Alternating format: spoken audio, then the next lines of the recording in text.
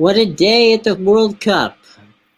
Jim Williams here with Sean Miller and Amadeus. Good to have you as a guest. Thanks Everybody for having me knows on. you. They know you. They love you. They just don't see you at 4 o'clock. So now they get to see you at 4 o'clock. Boys, what a game! What an actual. Hey, we had a morning of surprises and an afternoon of nail biting. Yeah, I thought that the early games, I was really, a little bit disappointed in Denmark a little bit. I thought they were gonna, do something here, and they just didn't do anything. Good for Australia, to get through. We talked on here yesterday about someone had asked about that, and Australia going through, and I just thought Denmark was going to show up, and they didn't. So good on them. But the second games is what the 2 o'clock games is why they play these games concurrently, and it's this tournament chaos. Tunisia, France. The France disallowed goal. It was disallowed for everybody, but at my sports book, I won my bet, so I didn't care at that point. And really, FIFA came out afterwards and said once the ball was kicked off, they can't go back and review it. So it really should have been a 1-1 draw. But it doesn't matter. France is going through. They're going to play Poland in the next round. They'll be into the quarterfinals. The matchup in the quarterfinals is going to be France and England, which everybody I think is looking forward to. But those late games were pretty interesting. There you go. You got Mexico, Saudi Arabia. That one goal by the Saudis. Mexico, they have no excuse. They could have got 3 or 4 goals, and they didn't. Amadeus, if you want to go ahead, you can talk about them. Yeah, they had so many chances. I mean, that free kick by Chavez was nasty right in the net, but there was so many opportunities. I thought, personally, the Saudi Arabia goalie played the game of his life there. He controlled his box well. He made some big saves. If Saudi was going through, he would be definitely a contender for the Golden Glove, I think, despite letting in those 2 goals. Like they were just being dominated the entire match. But I thought he was the shining star for the Saudis. Well, there's no question about it. And you have to think Messi was quite pleased. Argentina 2-0 over Poland. So Argentina advances. Really tough if they stayed home. Yeah, should have. Could have put the game away. Really could have had Mexico. It could have had Mexico in the tournament, but he missed the penalty. I mean, really good save by Szczesny, and that save ends up getting Poland into the round of 16. They're going to get annihilated by France. Poland was atrocious today. They didn't even try to play. At the end, they weren't even trying to get cards because of that fair play thing. I mean, it was just a really atrocity to global football. It should be brought up on charges at The Hague. They're just really, really bad. Never tried to play. They'll get killed by France in that game. But look, they're through. So I mean, I don't know. I guess it worked, but probably not the way you want to get into the round of 16. Well, I'm quite sure that they will not be getting any holiday cards from Mexico or Saudi Arabia. No, that's correct. So there you go on that one. And here's something, in the not-for-nothing category. CONCACAF, the only team to advance, United States. Not a good, you mentioned it yesterday, Sean, on our live show, the live watch party, that CONCACAF was, basically spitting the bit, and there's no question about that. Amadeus, I know you watch CONCACAF like we all do, and it just right now it looks like the stars of the show in CONCACAF are really the U.S. and Canada. I think Costa Rica still could get through, but yeah, they have to beat Germany. They're not going to, but yeah. So we'll see. We'll see what Costa Rica does tomorrow. They have to beat Germany if they want to advance, but it could get a little sticky for them because they already have the -6 goal difference from that annihilation by Spain. So that one pretty much put them out of the tournament right off the bat.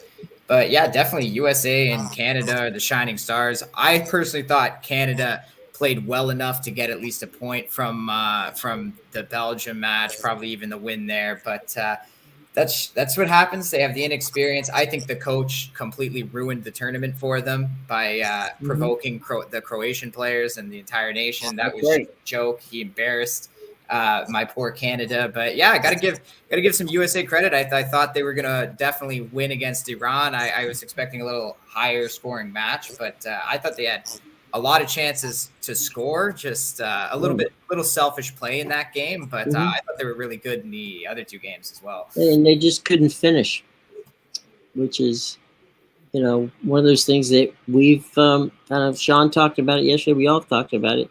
That they, when you have the opportunity, don't get cute. Just knock it in the back of the net and pray.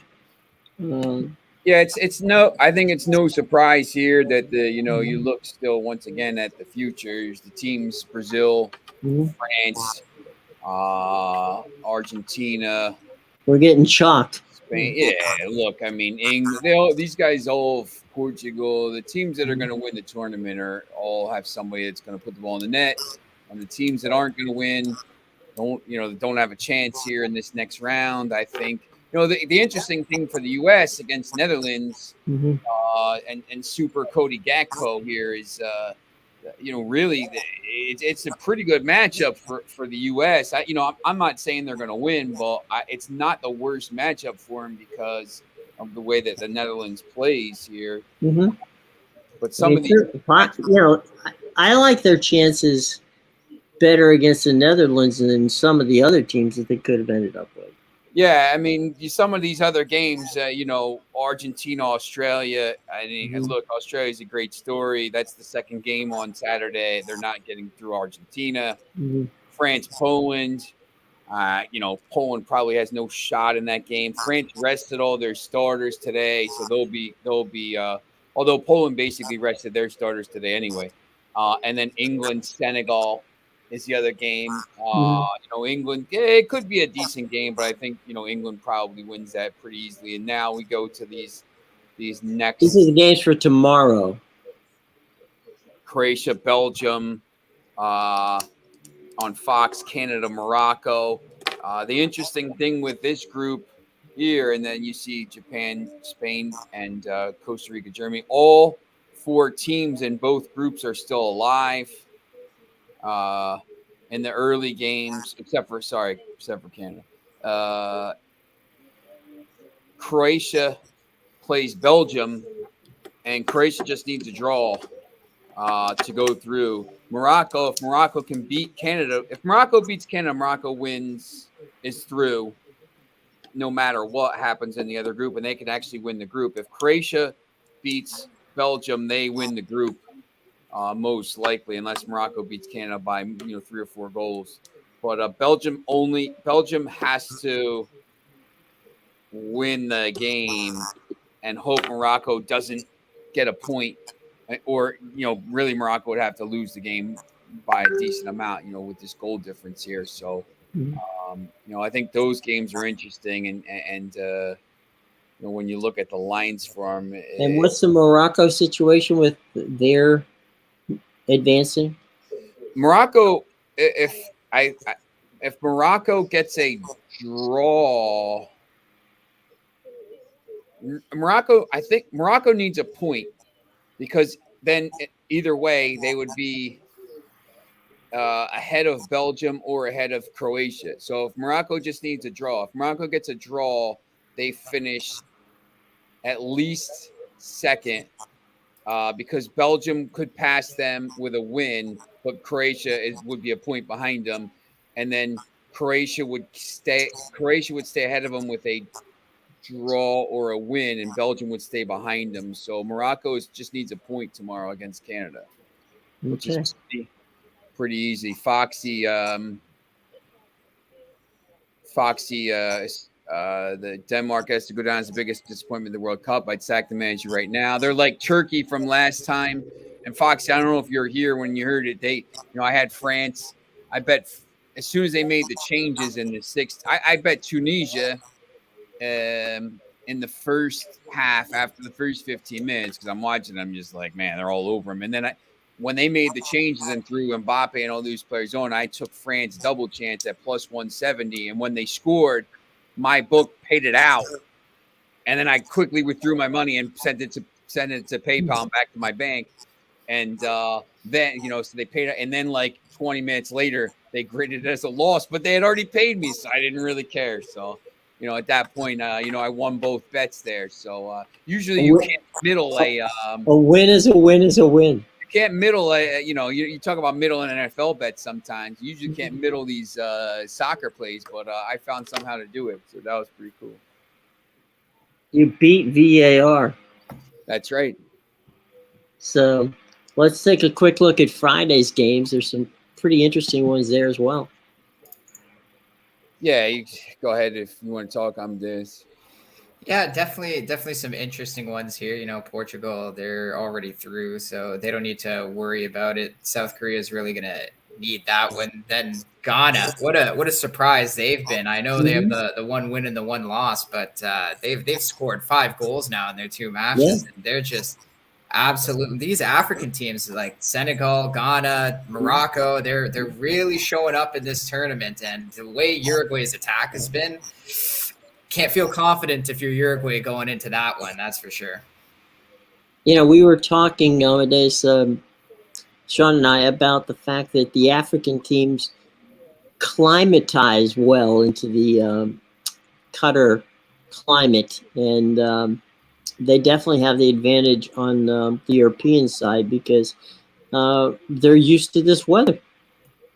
Yeah, I would definitely agree with that. And actually, somebody even told me this stat that I had no idea of this morning. Apparently, the last 2 World Cups, if you look back, the 2014 one, South American teams did very well when it was in Brazil. And then 4 years ago, European teams did very well when it was in France. So we're seeing the African/Arab teams really come to play in this climate. And to your point, even the Saudis had a hell of a tournament. Yeah, even Iran, they were right in it till match. Yeah, Iran as well. But so it's funny how Australia, the basically the Asian and the African teams have done really well in this tournament. Well, I'm pretty sure, and we can check this, but I'm pretty sure that no South American team has ever won a World Cup that hasn't been played on their, if they played outside the European, the continent, the Western Hemisphere. They won. Argentina won in 1986 in Mexico, but same the Western Hemisphere. But yeah, they've never won in Europe. Europe, when Germany went down and won in Brazil in 2014, I think that was the first time, and obviously Spain won in Africa. That was the first time they'd ever played in Africa. So, but yeah, it's and the Women's World Cup's coming up in Australia. Yes. Yeah, that'll be next year, July 20th, I believe. It starts in the middle of the winter for them. I think Foxy makes a good point about this. The Ghana Uruguay game is Ghana has a chance to pay back Uruguay for 2010, the Suarez game. Brazil won in Japan and Korea in 2002. So Brazil won that outside of. I think they've never won in Europe, but yeah, they've won the Asian tournament. So, I think if you look at the just present these real quick. I can put them back. The tomorrow's games. Morocco is plus 108, Canada plus 275. I don't know if Canada is if he's going to let some of the other players play that haven't had a chance to play to give them that experience for the next World Cup. I think that would be pretty cool if he did it. Croatia Belgium is an even game. Germany's minus 835, and Spain against Japan is minus 240. That's the other game tomorrow. So I know Amadeus probably started looking at those already, right? Oh yeah, I'm always looking. I've already been looking at the knockout stages now that everything's starting to file into place. But yeah, the only game tomorrow, like Costa Rica, Germany, couldn't even tell you how to bet that one. I got minus 1,000 at my book for Germany, and I don't trust them to win this game by 3 goals. I mean, they kind of have to. They should really show up and destroy Costa Rica if Spain was able to do it. But I don't know. It's a tricky game for me. Germany has to, well, depending on what Spain and Japan do, because Spain really just needs the draw. Spain, unless Costa Rica wins, of course, but I'm not, Costa Rica's not beating Germany. So Spain against Japan, Spain really just needs the draw, and then Germany would have to, win by no more than a goal, obviously, which I'm sure they probably would do. But Germany doesn't really, Germany probably needs to win by at least 2 goals unless they see that their game is going sideways and Japan is winning. Then they would obviously need to score goals against thing. But, once again, they're probably not going to score 8 goals here. So. No, and I think sometimes when you get those hangover situations where, Spain put the big numbers up early, there is a tendency to kind of sleepwalk through that last game. Yeah. Yeah, this Spain one is it's interesting to me because obviously Japan needs to come to play the game. They have to get the win here if they want to advance. I think even like a draw puts them at risk if Costa Rica somehow gets a draw or Germany, gets the win. But I think Spain, with these big teams like France, England, I think it's the same situation as the England-Wales game. England didn't need to win. They could advance with a draw. But I think these top teams in the world, it's important to win 2 games in the group stage to them. It gives them some confidence going into the next round.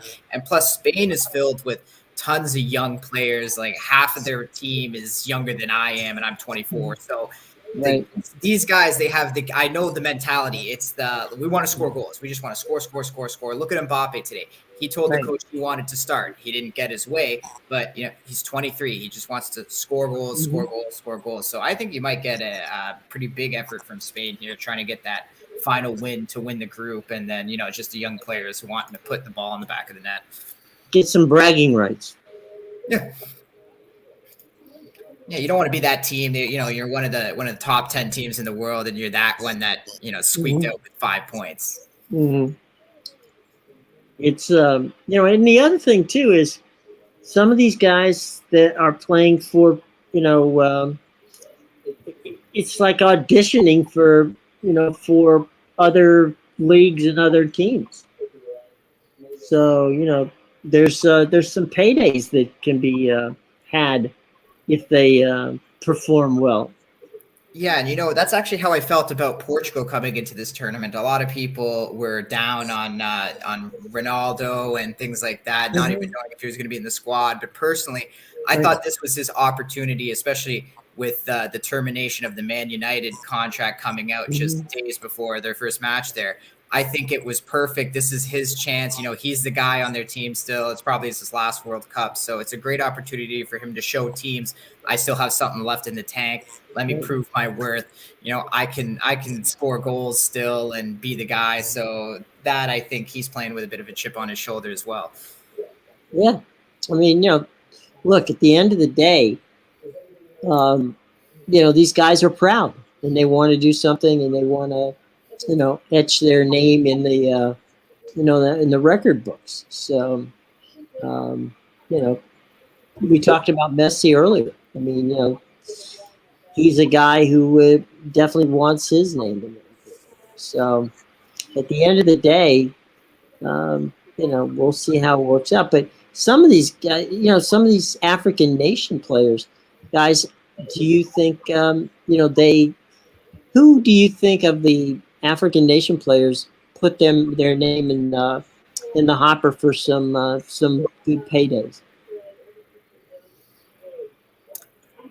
It's tough to say. I really like what Abubakar is doing right now, but obviously, he's getting up there in age. But he was such a difference maker in their game against Serbia. I don't know why he didn't start.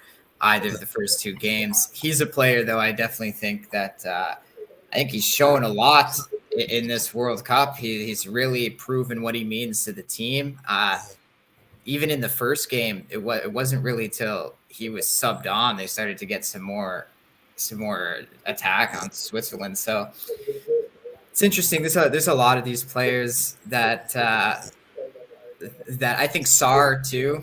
Sarr was one player who really made his name. Yeah, he's been kind of linked with teams for a while. You know, with Watford. I mean, you know, a lot of the other players. You know, Hakimi just moved. Mane just moved. Abubakar, like you said, maybe for a team looking for someone to come in, maybe on an 18-month deal or something like that because he's getting up there in age. Hey, Choupo-Moting's performing for Bayern, and he's up there in age, so that's what I mean. I mean, I know Manchester United was kind of looking at him. You know, well, there's also goalkeepers. I mean, the goalkeepers 9 out of 10 times, those are guys that don't really hit their stride until their 30s. Yeah.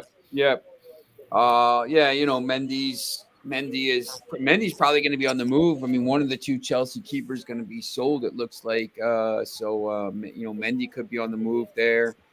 But yeah, you know, there's a lot of talent with these teams, and you know, you get to see it a lot of times. I mean, the French league, you know, so many stars from the continent there that play the League of Stars, as it's called. You know, it's one of the reasons I like watching the La Ligue, the Ligue 1 matches, Saturday night, Sunday night. You know, to watch the replays on BN, just because you see some of these talented players, and it's pretty interesting. Foxy's talking about Rodri playing center back.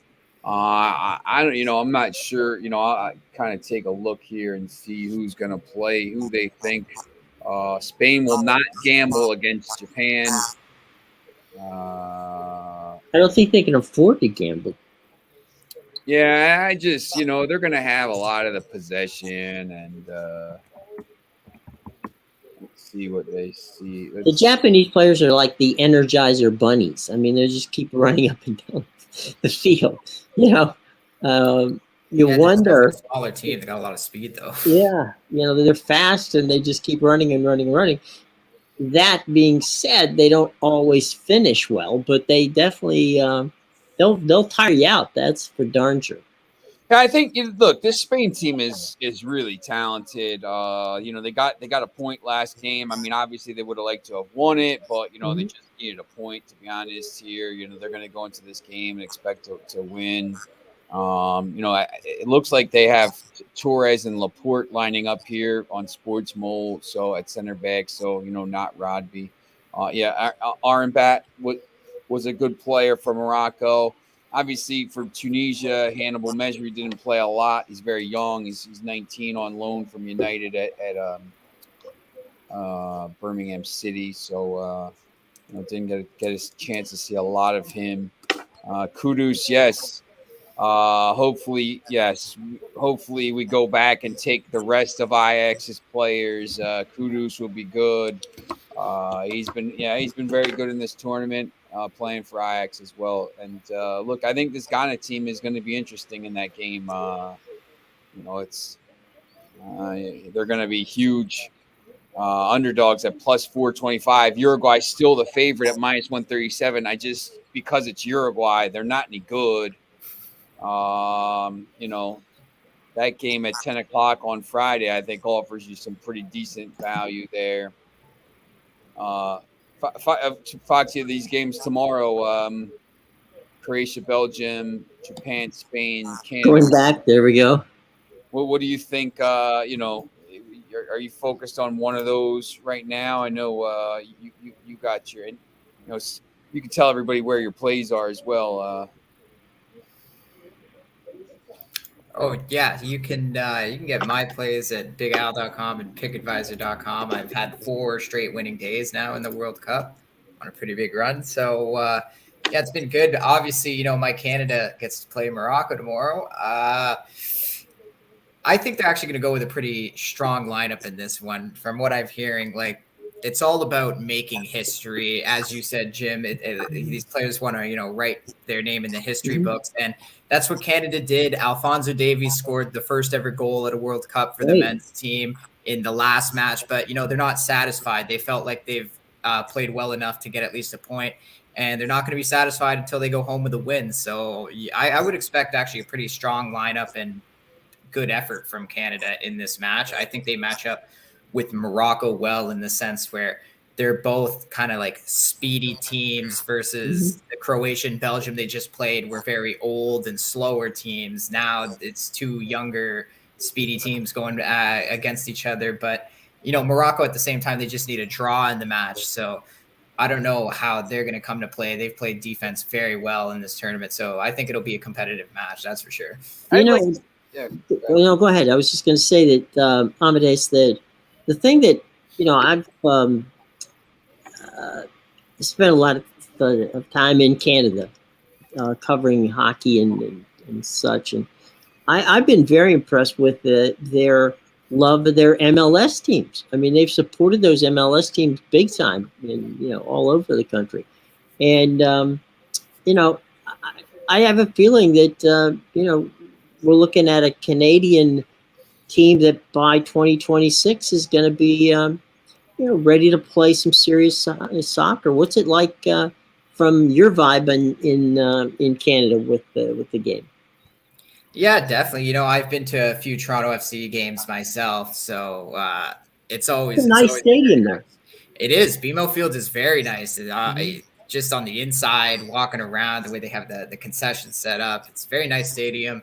But yeah, like the vibe is great here. People, you always see the flags going around. Everybody pulls out their flags for these kinds of year. See, personally, this is the first time I've seen Canada in the World Cup. Normally, I'm Italian, so Italy is my team. But, for once, my home nation made it in, and my heritage did not make it into the World Cup, surprisingly. So, yeah, Canada was definitely something to cheer for. But, yeah, I think it was definitely a different vibe over here because Canadians aren't used to it. It's usually you have to cheer for whatever your heritage is, right? You got the England flags, Italy, France, whatever it may be. But, yeah, now it's I agree with you. I think by 2026 they did win the CONCACAF qualifiers. They finished first place. I definitely think them and the USA with the way Mexico. I know that Mexico showed up today, but this team's aging. I still don't believe in them. I think definitely Canada and USA look like they're gonna take over the CONCACAF in the near future. Probably be the dominant teams in our continent.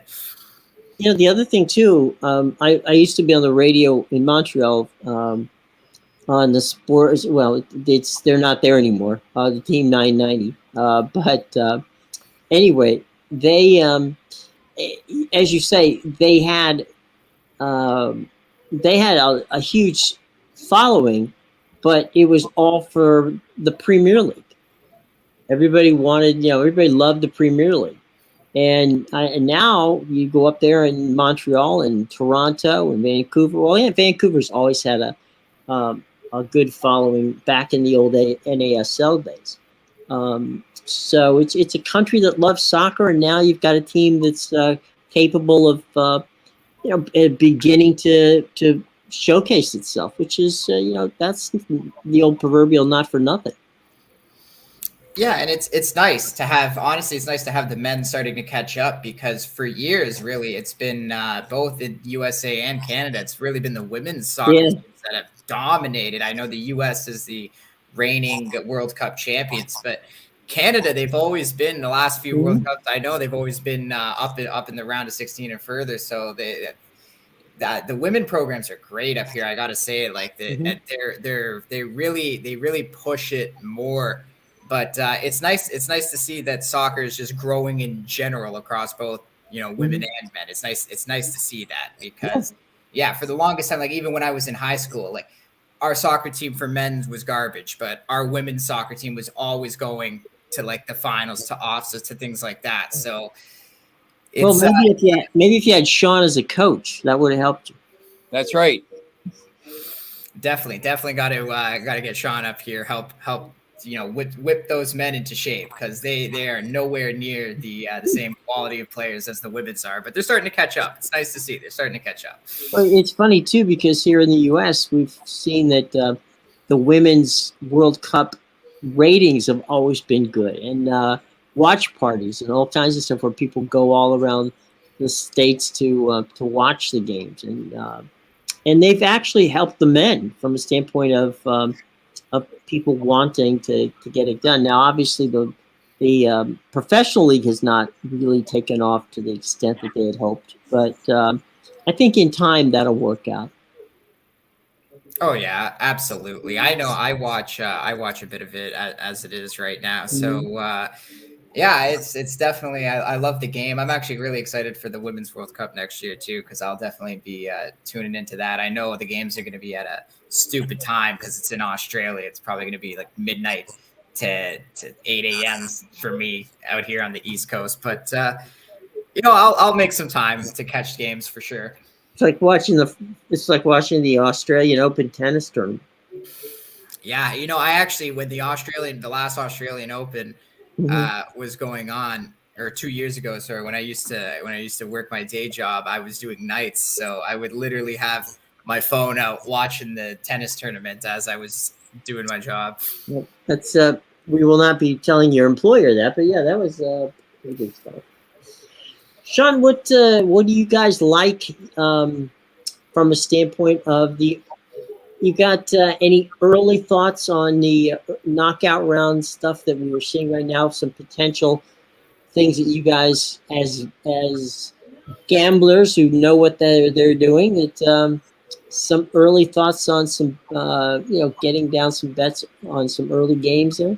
Yeah, I mean, I think the big teams are going to go through there. France, it's lines are already up. France is minus 375. She's going to have to try to figure out a way to bet that.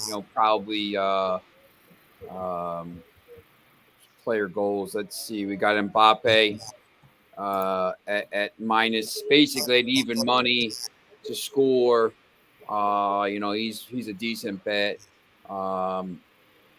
You got England at minus 190 against Senegal, probably -1, probably there. Netherlands is basically plus 100 against the U.S. If you think you like the U.S. there, it's plus 335. The Netherlands is a better team than the U.S., but Van Gaal and Netherlands sometimes have trouble against teams like that. So, I don't know. U.S. and draw might be interesting. Obviously, now you got extra time and penalties involved, so that could be in it. And obviously, Argentina against Australia. I think that's going to be probably like it was today, 2-0, 3-0. I don't know if Australia is going to be. I don't expect any of these big teams to get knocked out in the round of 16. So maybe one, but I don't think we're going to see too many upsets now. It's starting to get down to like the cream of the crop. So you like chalk through the knockout? Yeah, pretty much. I mean, I have to see like the other matchups, but yeah, the teams that finished second are clearly so far been behind all these other elite teams. So maybe depending upon the group with Belgium and stuff, if Belgium gets through or Croatia gets through as a runner-up, Morocco wins the group, maybe someone there, second place could do it, but it could be interesting. The any thoughts, guys? I know we've been talking a lot about obviously about the World Cup, but there's some other stuff getting ready to go on. And Foxy had a question here about the CONCACAF qualification next time. So 6 teams get through. Mexico, Canada, United States are all in as hosts, and there's going to be 3 other teams, and 2 teams will go into the CONCACAF interconfederation playoffs. So there could be a bunch of teams from CONCACAF. I don't expect there to be, but there's going to be all these extra teams here because you got 16 extra teams from Asia, Africa, Europe, South America, and North America. So, you're going to have, three, 4 extra teams from all these groups. But just wanted to kind of explain that. So you're going to get basically, maybe a Honduras, Panama, Costa Rica, somebody like that getting in. Although Costa Rica's getting old here, so there you go. We have couple quick other things we can chat about real quick if anybody's interested, and that is we've got a Thursday night football game tomorrow night, and then we've got some college football championship games. So those are things we can talk about today, or we can talk about them tomorrow, whichever you guys prefer. Have you started looking at the game there, Amadeus, the Bills and Patriots on Thursday night? Yeah, I don't. I find it's an interesting line, that's for sure. Minus 3.5 for the Bills. Yeah, but if you look, the Bills haven't done well in the division so far. I think they're 0-2 in the division right now. So yeah, I think this game is pretty interesting. When you look at the standings right now, we got. Buffalo needs to keep winning. Miami's got the tough game in San Francisco this weekend, so Buffalo win.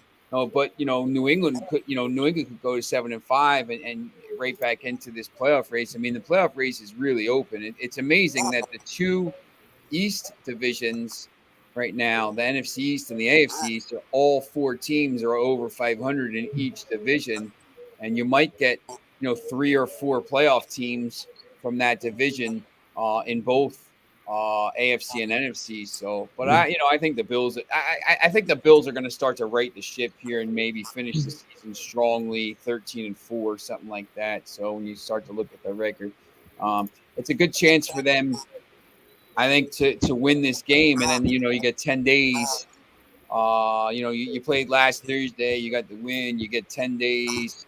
And then you go back home and you start to get set up here. But they got after New England, they got the Jets and Miami at home, at the Bears, at Cincinnati, and the Patriots at home to end the season. So this is 3 tough games in a row in the division, and this division is tough. So if they sweep. They're probably going to win the division. If they don't, maybe Miami wins it or something. They just announced, NBC just announced this afternoon that they're flexing the Chargers and Dolphins game next week. So next Sunday's game is the Dolphins and the Chargers. Okay.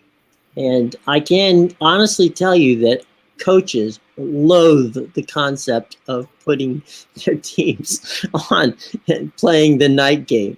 The flex game, when you're not expecting it, they're not pleased. So the Dolphins and the Chargers will be playing that game next Sunday night.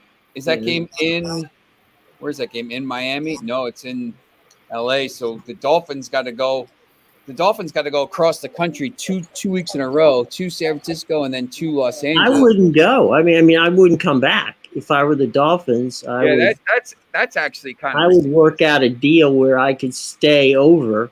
That's not really cool. How do you make them do that 2 weeks in a row? And then they got to go. So they got to go to San Francisco, to the Chargers, and then go to Buffalo. The Raiders did it. The Raiders had 2 games, on the East Coast. And for some reason, guys, and I'm not sure why, but statistically, over the years, it's been tougher on the teams west coming east than it has been because of the time situation. Yeah, because they're playing going the other way from the east going to the west. Playing in the morning and you're not ready. Yeah, you're not used. Your body clock is not used to playing that early in the morning. Yes. So it's been a little difficult. But if I were the Dolphins, I would figure out, find myself a place to hang out, maybe call the folks at Stanford or Cal or even speak to Jerry, because Jerry Jones has a place down there in Thousand Oaks where the Cowboys used to train. So they've got that stuff down there. So there's ways to do it, but there have been situations where teams have stayed either in the East or in the West just because they had back-to-back games. Yeah, I think even the Falcons did it earlier. They had a game against the Rams in LA, and then they stayed for their game against the Seahawks the next week. So yeah, I mean it doesn't. I mean, to be honest, let's face it. It's from Miami, flying from Miami to San Francisco and Los Angeles are both 6-hour flights. Those are not things you really look forward to. So that's right. I think you'd just as soon say, you know what, boys, let's just hang out and stay out in California for a while. It's not the worst place to hang out if you're going to have to hang out someplace.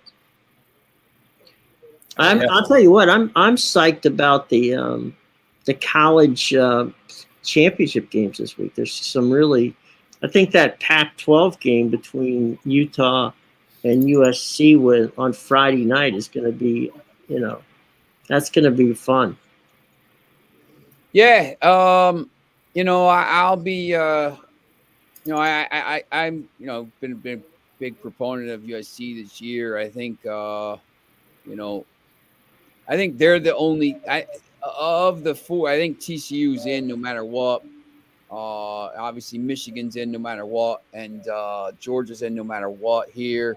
USC, if they lose, I guess you could make the argument that the one-loss Ohio State should be in ahead of them. But, probably USC is, they're in the playoff game here, in a championship game, and Ohio State isn't. But, if you said, hey, listen, all the one-loss teams got in, I wouldn't have an argument with you. So, but yeah, I think that, I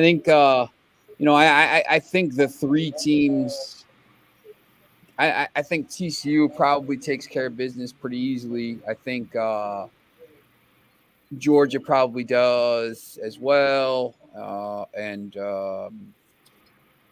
think that, we're talking about SC. I think SC started to play well after they lost that game at Utah. Yes. And by the way, I mean, you lose that game, that Rice-Eccles Stadium it's a beautiful stadium. It's a loud stadium. And people forget, if they think of Denver, right? You think that's the Mile High City. Out there in the plains, out there, you're playing in rare air out there. So Salt Lake is not exactly, ground level.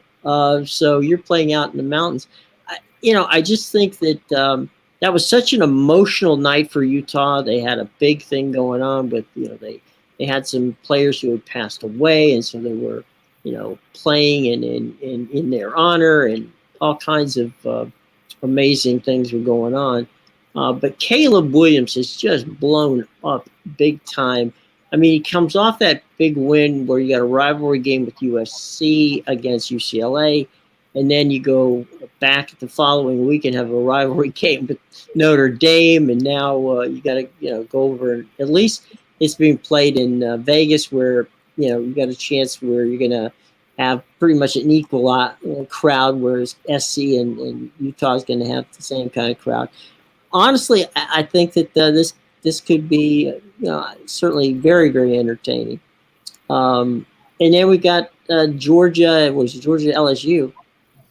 And Brian Kelly, as much as I dislike Brian Kelly, he has ways of firing up a team, and LSU has played pretty well, with the exception of spitting the bit against Jimbo Fisher. But that should be interesting. TCU should get by. Michigan's second team could beat Purdue, so I don't know how they're going to lose that one. But honestly, if I don't know if SC loses and Ohio State gets in, it'll make me very upset. And I used to do Big Ten football, but man, they just got beat. Yeah, if you're not beat like they stole something by Michigan. If you're not in a championship game, I don't think you deserve to be in the thing. Especially when you have deserving teams there. So I think that's pretty interesting. I bet you Alabama could beat Ohio State. Yeah, probably. So Foxy has a question about why the Rams are so bad this year. Injuries. You know, I think injuries. I will say that I'm going to say they let Von Miller go, and that was a big thing on their defense. Secondarily, Foxy, one of these, Matt Stafford has had chronic arm problems for about 4 years. And he had the Super Bowl year was the one year he literally didn't have an issue with his arm out of the last 4 years. God love him. I mean, that's wonderful for him. But if you go back his history of, with Detroit, it's just small arm issues, aching, and he's got problems throwing that. It's funny. He can throw a deep pass. For some reason, he can't throw an intermediate pass. He also didn't have Odell Beckham Jr., which didn't help. So targets are everything. Ask Tom Brady. The Buccaneers are having trouble finding their way. And so I think Matt Stafford's issue is his arm, and it's a shame. But, look at where Jimmy G has gotten the 49ers. Yep. So I agree. There you go, boys and girls. So any more questions from the class? Pens are down. Is that what we got here? Pens are down. Pens are down. Okay. And speaking of pens downs, down in Philly, we should see those folks sometime soon. Hopefully, we're going to have another watch party soon. We had a lot of fun yesterday. 2,300 folks showed up, and we enjoyed it. It was a lot of fun. It was funny because we had a little bit of a lag, and one of the great things that I got a kick out of was listening to Sean when the goal went in. He was like Andres Cantor. Whenever the goal went in, it was just like very animated. So we like that. We like animated. So, and Amadeus, you're gonna have to join us, buddy. I mean, have some fun with us. Yeah, it's not the same thrill for me because it's not my Canada, but absolutely, I'll tune in and join in. I think Sean was excited about a goal in another game. Wasn't the U.S. goal? It was somebody else. Yeah, Marcus Rashford scoring for England. Well, yeah, I think maybe we're gonna start doing these for some maybe the NCAA games, maybe maybe some of the bowl games. NFL, yeah, definitely. Maybe some San Jose Shark hockey games for Amadeus. Amadeus is a San Jose Sharks fan? Yeah, don't remind me. How in heaven's name do you end up being a Sharks fan? It's an interesting story. It's because my parents pushed the Leafs so hard on me when I was a child, and I just didn't want to be a Leafs fan. So the first game they ended up taking me to was Sharks versus the Leafs, and I cheered for the other team. And ever since then, I was a Sharks fan. Okay, fair enough. I have a nephew who is a Sharks fan as well. He's from that area out there and has been to the Shark Tank many times. That's actually a fun place to watch hockey out at the Shark Tank. It's a very intimate situation out there. It's loud and fun, but it's got $17 beer. So if you are someone who likes to drink beverages, drink ahead of time, because that's not a place we're going to be benefiting from that standpoint. But anyway, very cool. All right. Tell you what, guys, what time shall class begin tomorrow? I think we're gonna go after the go 4:05 again. Yeah, 4:05 after the game. We'll play it out the rest of the week at 4:05. Yeah.